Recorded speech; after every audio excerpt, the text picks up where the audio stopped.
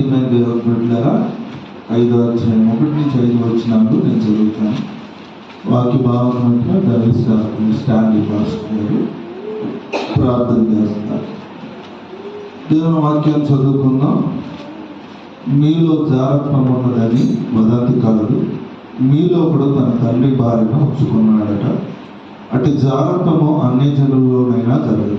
ఇట్లుండి మీరు ఒప్పుకొచ్చున్నారే, కానీ మీరెంత మాత్రము దుఃఖపడి ఇలాంటి కార్యము చేసిన వారిని మీలో నుండి వెలివేసిన వారు కాదు.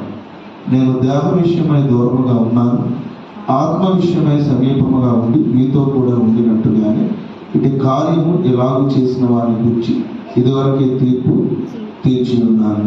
ఏమనగా ప్రభువైన యేసు దినమందు వారి ఆత్మ రక్షించబడినట్లు శరీరిచ్చులు నశించుటకై మన ప్రభువైన యేసుక్రీస్తు నామమున మీరును నా ఆత్మయు మన ప్రభువైన యేసుక్రీస్తు బలముతో కూడి వచ్చినప్పుడు అటు వారిని సాతానుకు అప్పగింపవలెను. దేవుడి పరిశుద్ధ లేఖనము మన వెనుకల్లో ఫలించి ఆస్వాదించుగాక. ఆమేన్.